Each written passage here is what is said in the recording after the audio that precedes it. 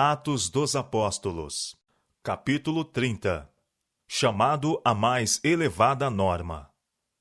Na esperança de imprimir vividamente no espírito dos crentes coríntios a importância do firme autocontrole, estrita temperança e persistente zelo no serviço de Cristo, Paulo, em sua carta a eles, faz destacada comparação entre a milícia cristã e as celebradas maratonas que se realizavam em intervalos fixos, próximo de Corinto.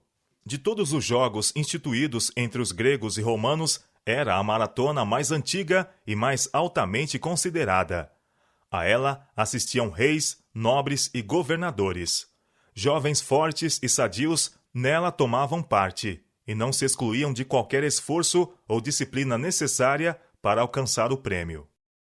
As competições eram regidas por regulamentos estritos, dos quais não havia apelação. Os que desejavam ter seu nome inscrito como competidor ao prêmio tinham que primeiro submeter-se ao severo treino preparatório. Prejudicial condescendência com apetite ou qualquer outra concessão que pudesse diminuir o vigor físico ou mental eram estritamente proibidas. Para alguém ter alguma esperança de sucesso nessas competições de força e velocidade, os músculos tinham de ser fortes e flexíveis, e os nervos estar sob controle. Cada movimento tinha de ser exato, cada passo rápido e bem orientado. As faculdades físicas precisavam alcançar o mais alto ponto. Enquanto os concorrentes na corrida se apresentavam perante a multidão expectante, seus nomes eram anunciados e as regras da corrida claramente expostas. Então todos davam juntos a largada, sob a atenção fixa dos espectadores que lhes inspiravam a determinação de vencer. Os juízes assentavam-se próximo à meta final, para que pudessem observar a corrida do início ao fim e dar o prêmio ao verdadeiro vencedor. Se um corredor alcançava o alvo primeiro, através de alguma vantagem ilegal, não tinha direito ao prêmio. Nessas condições havia grandes riscos. Alguns jamais se refaziam do terrível esforço físico. Não era incomum pessoas caírem no percurso, sangrando pela boca e nariz, e algumas vezes um competidor caía morto quando estava para alcançar o prêmio. Mas a possibilidade de dano para o resto da vida ou a própria morte não eram olhados como risco grande demais por amor da honra reservada ao vencedor. Quando o vencedor alcançava o alvo, os aplausos da vasta multidão de espectadores vibravam pelos ares e despertavam o eco das montanhas e morros circunvizinhos. Sob as vistas dos assistentes, o juiz presenteava-o com os emblemas da vitória: uma coroa de louros e um ramo de palma que o atleta levava na mão direita. Sua glória era cantada através da terra. Seus pais recebiam sua parte na honra, e a própria cidade na qual vivia era tida em grande estima por haver produzido tão grande atleta. Referindo-se a essas corridas como uma figura da milícia cristã, Paulo deu ênfase à preparação necessária para o sucesso dos contendores na maratona, a disciplina preliminar, o regime de abstenção alimentar, a necessidade de temperança. E todo aquele que luta, declarou Paulo, de tudo se abstém. 1 Coríntios capítulo 9, verso 25. Os corredores punham de lado toda a condescendência que tendesse a diminuir-lhes as faculdades físicas. E mediante severa e contínua disciplina, treinavam os músculos para se tornarem fortes e resistentes, para que ao chegar o dia da competição pudessem exigir de suas forças o máximo de rendimento. Quão mais importante é que o cristão, cujos eternos interesses estão em jogo, coloquem os apetites e as paixões em sujeição à vontade de Deus. Jamais deve ele permitir que seja sua atenção desviada por entretenimentos, luxos ou comodidades. Todos os seus hábitos e paixões devem ser postos sob a mais estrita disciplina. A razão, iluminada pelos ensinos da palavra de Deus e guiada por seu espírito, tem de assumir o controle. E havendo feito isso, precisa o cristão esforçar-se ao máximo para alcançar a vitória. Nos Jogos Coríntios, as derradeiras passadas dos competidores eram dadas sob agonizante esforço para conservar a velocidade. Assim, o cristão, ao aproximar-se do alvo, prosseguirá com ainda maior zelo e determinação que no início da carreira. Paulo apresenta a diferença entre a coroa perecível de louros, recebida pelo vencedor nas corridas, e a imortal coroa de glória, que será dada aos que correm vitoriosamente a carreira cristã. Eles o fazem, declara, para alcançar uma coroa corruptível. Para alcançar um prêmio perecível, os corredores gregos não fugiam a qualquer esforço ou disciplina. Nós estamos lutando por um prêmio infinitamente mais valioso, a própria coroa da vida eterna. Quão mais cuidadosa deveria ser nossa luta e quão maior nossa disposição para o sacrifício e renúncia. Na Epístola aos Hebreus é destacada a inteireza de propósito que deve caracterizar a carreira do cristão para a vida eterna.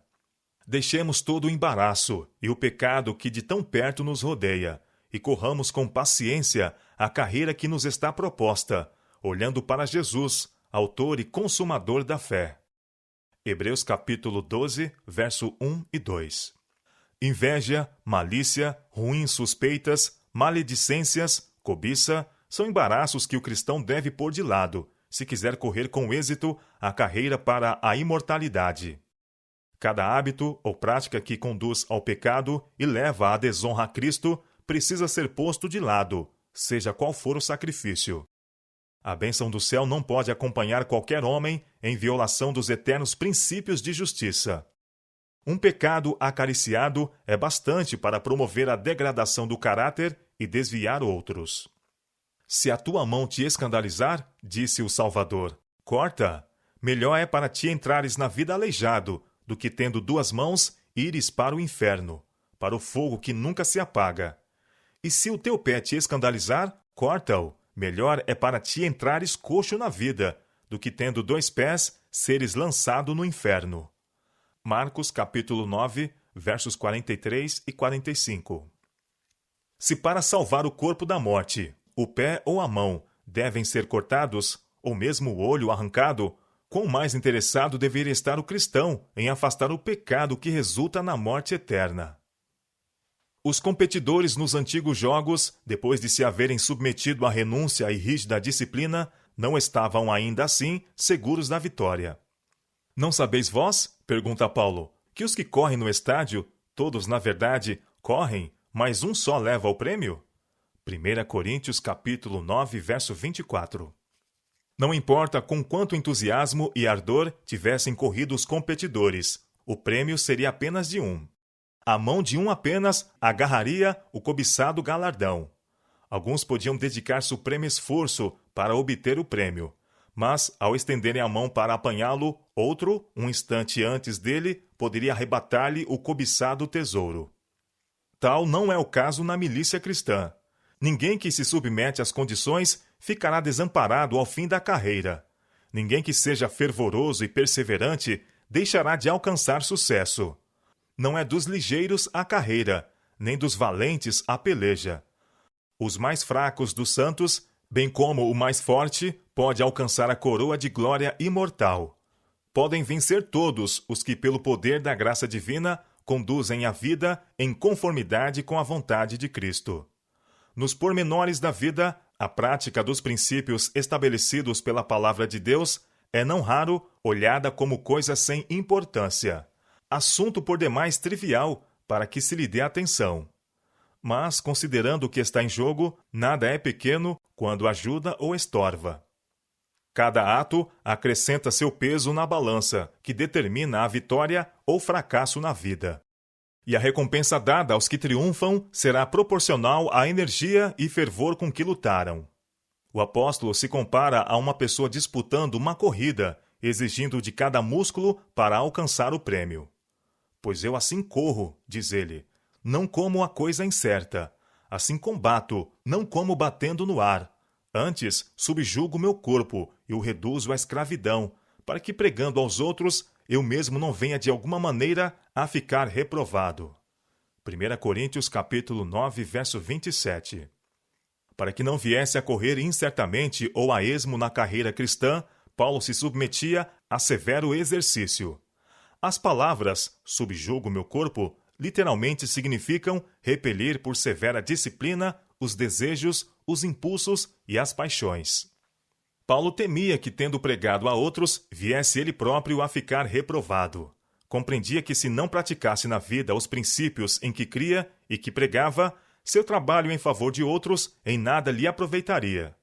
Sua conversação, sua influência, sua recusa de render-se à satisfação própria deviam mostrar que sua religião não era mera profissão, mas um viver diário em ligação com Deus. Um alvo mantinha ele sempre diante de si e lutava fervorosamente por alcançá-lo: a justiça que vem de Deus pela fé. Paulo sabia que sua batalha contra o mal não terminaria enquanto ele tivesse vida. Sempre sentia a necessidade de praticar estrita vigilância sobre si mesmo, para que os desejos terrestres não conseguissem minar seu zelo espiritual. Com todas as suas forças, continuava a lutar contra as inclinações naturais. Sempre mantinha diante de si o ideal a ser alcançado, e esse ideal procurava alcançar mediante voluntária obediência à lei de Deus. Suas palavras, atos e paixões, tudo era posto sob o controle do Espírito de Deus. Era essa inteireza de propósitos para vencer na carreira pela vida eterna que Paulo ansiava ver revelada na vida dos crentes coríntios. Ele sabia que, para alcançar o ideal de Cristo, tinham eles diante de si uma luta vitalícia, na qual não haveria tréguas. Insistia com eles para que porfiassem lealmente, buscando dia a dia a piedade e a excelência moral. Suplicava-lhes que pusessem de lado todo o embaraço e prosseguissem rumo ao alvo da perfeição em Cristo. Paulo apontava aos coríntios as experiências do antigo Israel, as bênçãos que lhes recompensaram a obediência e os juízos que seguiram suas transgressões. Recordava-lhes a miraculosa maneira por que os hebreus foram tirados do Egito, sob a proteção da nuvem de dia e da coluna de fogo de noite. Assim foram conduzidos a salvo através do Mar Vermelho, enquanto os egípcios, procurando atravessá-lo da mesma maneira, foram todos submergidos. Por esses atos, Deus havia reconhecido Israel como sua igreja. E todos comeram do mesmo manjar espiritual, e beberam todos de uma mesma bebida espiritual, porque bebiam da pedra espiritual que os seguia, e a pedra era Cristo. 1 Coríntios capítulo 10, verso 3. Em todas as suas peregrinações, os hebreus tiveram Cristo como seu guia.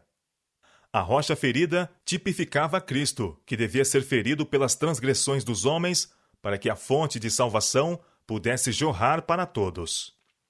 Não obstante o favor mostrado por Deus aos hebreus, todavia, por causa do seu desejo pelas comodidades deixadas no Egito e por causa de seu pecado e rebelião, os juízos de Deus caíram sobre eles.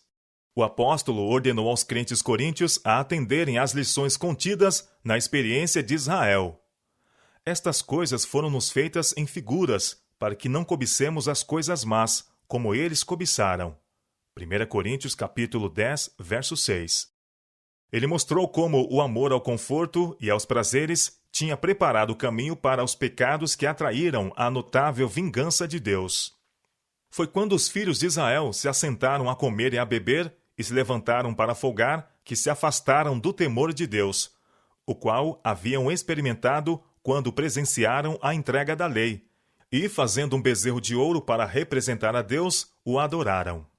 E foi depois de haverem fruído um banquete licencioso relacionado com a adoração de Baal-Peor que muitos dos filhos de Israel caíram por causa da licenciosidade. A ira de Deus se levantou, e a seu mando 23.000 foram feridos pela praga num dia. O apóstolo advertiu os coríntios: aquele, pois, que cuida estar em pé, olhe, não caia. 1 Coríntios capítulo 10, verso 12. Se eles se tornassem presunçosos e cheios de confiança própria, negligenciando vigiar e orar, cairiam em grave pecado, atraindo sobre si a ira de Deus. Entretanto, Paulo não queria que se entregassem ao desespero ou desalento. Ele lhes deu a segurança: fiel é Deus, que não vos deixará tentar acima do que podeis. Antes, com a tentação, dará também o escape, para que a possais suportar. 1 Coríntios capítulo 10, verso 13. Paulo instava com seus irmãos para que perguntassem a si mesmos que influência suas palavras e atos estavam exercendo sobre outros, e para que não fizessem coisa alguma, embora inocente em si mesma, que pudesse parecer apoio à idolatria, ou ofender os escrúpulos dos que fossem fracos na fé. Quer comais, quer bebais, ou façais outra qualquer coisa, fazei tudo para a glória de Deus. Portai-vos de modo que não deis escândalo nem aos judeus, nem aos gregos, nem à igreja de Deus. As palavras de advertência do apóstolo à igreja de Corinto são aplicáveis a todos os tempos, e especialmente adaptadas a nossos dias. Por idolatria, entendia ele não apenas a adoração de ídolos, mas o egocentrismo, o amor às comodidades e a condescendência com apetite e paixão. Uma mera profissão de fé em Cristo, um presumido conhecimento da verdade, não tornam um homem cristão. Uma religião que busca apenas o deleite dos olhos, dos ouvidos, do paladar, ou que aceita a condescendência própria, não é a religião de Cristo. Pela comparação da igreja com o corpo humano, o apóstolo ilustrou habilmente a íntima e harmoniosa relação que deve existir entre todos os membros da igreja de Cristo. Pois todos nós fomos batizados em um espírito formando um corpo, escreveu ele.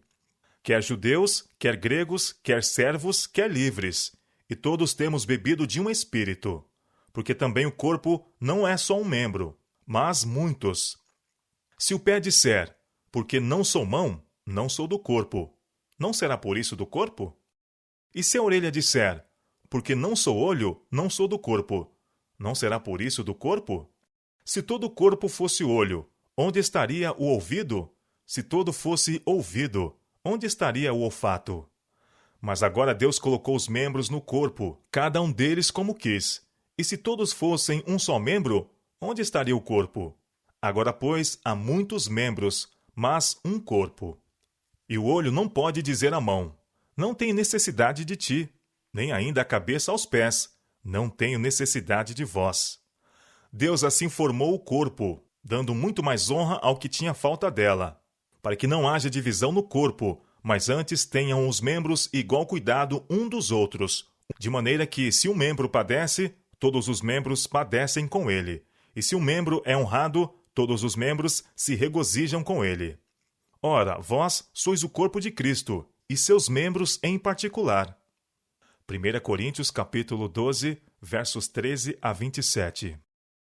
E então, com uma palavra que desde aquele dia até o presente tem sido uma fonte de inspiração e encorajamento a homens e mulheres, Paulo expôs a importância deste amor que deveria ser acariciado pelos seguidores de Cristo. Ainda que eu fale a língua dos homens e dos anjos, se não tiver amor, serei como o bronze que soa ou como o símbolo que retine. Ainda que eu tenha o dom de profetizar e conheça todos os mistérios e toda a ciência, ainda que eu tenha tamanha fé, a ponto de transportar montes, se não tiver amor, nada serei. E ainda que eu distribua todos os meus bens entre os pobres, e ainda que entregue o meu corpo para ser queimado, se não tiver amor, nada disso me aproveitará. 1 Coríntios capítulo 13, versos 1 a 3. Não importa o quanto possa prometer, aquele cujo coração não está cheio do amor a Deus e aos semelhantes, não é verdadeiro discípulo de Cristo. Embora possua grande fé e tenha poder até para operar milagres, sem amor sua fé será de nenhum valor. Poderá ostentar grande liberalidade, mas, se por qualquer outro motivo que não genuíno amor, entregar todos os seus bens para o sustento dos pobres, o ato não o recomendará ao favor de Deus. Em seu zelo, poderá mesmo sofrer a morte de mártir. Mas não sendo impulsionado por amor, será considerado por Deus como iludido entusiasta ou ambicioso hipócrita. O amor é paciente, é benigno, o amor não arde em ciúmes, não se ufana, não se ensoberbece. 1 Coríntios capítulo 13, verso 4. A mais pura alegria jorra da mais profunda humilhação. O caráter mais forte e mais nobre é construído sobre o fundamento da paciência, do amor e da submissão à vontade de Deus. O amor não se conduz inconvenientemente, não procura os seus interesses, não se exaspera, não se ressente do mal. 1 Coríntios capítulo 13, verso 5. Amor igual ao de Cristo atribui a mais favorável das intenções aos motivos e atos dos outros. Não expõe desnecessariamente suas faltas, não ouve com avidez relatórios desfavoráveis, mas antes procura trazer à mente as boas qualidades de outros. O amor não se alegra com a injustiça, mas regozija-se com a verdade. Tudo sofre, tudo crê, tudo espera, tudo suporta. Esse amor jamais acaba. 1 Coríntios capítulo 13, versos 6 a 8. Jamais perde seu valor, é um atributo celestial. Como precioso tesouro, será levado por seu possuidor através das portas da cidade de Deus. Agora, pois, permanecem a fé, a esperança e o amor. Estes três, porém, o maior destes é o amor. 1 Coríntios capítulo 13, verso 13. No declínio do padrão moral entre os crentes coríntios, houve os que abandonaram alguns aspectos fundamentais de sua fé. Alguns haviam ido ao ponto de negar a doutrina da ressurreição. Paulo enfrentou essa heresia com um claro testemunho referente à inegável evidência da ressurreição de Cristo. Declarou que Cristo, depois de sua morte, ressuscitou ao terceiro dia, segundo as Escrituras, depois do que foi visto por Cefas e depois pelos 12. Depois foi visto, uma vez por mais de 500 irmãos, dos quais vive ainda a maior parte, mas alguns já dormem também. Depois foi visto por Tiago, depois por todos os apóstolos. E por derradeiro de todos, me apareceu também a mim. 1 Coríntios capítulo 15, versos 4 a 7. Com poder convincente, o apóstolo expôs a grande verdade da ressurreição. Se não há ressurreição dos mortos, argumentou, também Cristo não ressuscitou. E se Cristo não ressuscitou, logo é vã a nossa pregação, e também é vã a vossa fé. E assim, somos também considerados como falsas testemunhas de Deus, pois testificamos de Deus que ressuscitou a Cristo, ao qual, porém, não ressuscitou, se na verdade os mortos não ressuscitam. Porque se os mortos não ressuscitam, também Cristo não ressuscitou. E se Cristo não ressuscitou, é vã a vossa fé, e ainda permaneceis nos vossos pecados. E também os que dormiram em Cristo estão perdidos. Se esperamos em Cristo só nesta vida, somos os mais miseráveis de todos os homens. Mas agora Cristo ressuscitou dos mortos, e foi feito as primícias dos que dormem. 1 Coríntios capítulo 15, versos 13 a 20. O apóstolo transportou o pensamento dos irmãos coríntios para os triunfos da manhã da ressurreição, quando todos os santos que dormem serão ressuscitados para viver para sempre com seu Senhor. Eis aqui vos digo um mistério, declarou o apóstolo. Na verdade, nem todos dormiremos, mas todos seremos transformados, num momento, num abrir e fechar de olhos, ante a última trombeta. Porque a trombeta soará, e os mortos ressuscitarão incorruptíveis, e nós seremos transformados. Porque convém que isto que é corruptível se revista da incorruptibilidade, e que isto que é mortal se revista da imortalidade. E quando isto que é corruptível se revestir da incorruptibilidade, e isto que é mortal se revestir da imortalidade, então cumprir-se-á a palavra que está escrita. Tragada foi a morte na vitória. Onde está, ó morte, o teu aguilhão? Onde está, ó inferno, a tua vitória? Mas graças a Deus que nos dá vitória, por nosso Senhor Jesus Cristo. 1 Coríntios capítulo 15, versos 51 a 57. Glorioso é o triunfo que espera o fiel. O apóstolo, reconhecendo as possibilidades que tinham perante si os crentes coríntios, procurou colocar diante deles o que eleva do egoísmo e do sensual, e glorifica a vida com a esperança da imortalidade. Ardentemente exortou-os a ser fiéis à sua alta vocação em Cristo. Meus amados irmãos, instou ele, sede firmes e constantes, sempre abundantes na obra do Senhor, sabendo que o vosso trabalho não é vão no Senhor. 1 Coríntios capítulo 15, verso 58. Assim o apóstolo, da maneira mais decidida e impressiva, procurou corrigir as falsas e perigosas ideias e práticas que estavam prevalecendo na igreja de Corinto. Falou claramente, porém em amor por sua salvação. Em suas advertências e reprovações, a luz do trono de Deus brilhou sobre eles, revelando os pecados ocultos que estavam debilitando a vida. Como seriam essas advertências recebidas? Depois de haver remetido a carta, Paulo temeu que o que havia escrito pudesse ferir muito a fundo aqueles a quem desejava beneficiar. Temia profundamente uma separação maior e algumas vezes ansiava trazer de volta suas palavras. Os que, como o apóstolo, já sentiram a responsabilidade por amadas igrejas ou instituições, podem melhor apreciar-lhe a depressão de espírito e o sentimento de culpa. Os servos de Deus que levam o fardo de sua obra atualmente sabem alguma coisa da mesma experiência de trabalho, conflito e ansioso cuidado que recaía sobre o grande apóstolo. Opresso pelas divisões na igreja, encontrando a ingratidão e traição da parte de alguns de quem esperava simpatia e conforto, sentindo o perigo que ameaçava as igrejas que abrigavam a iniquidade, compelido a dar em reprovação do pecado um testemunho íntimo e penetrante, estava ao mesmo tempo oprimido pelo temor de ter agido com demasiada severidade. Com angustiante ansiedade, esperou receber alguma notícia de como fora recebido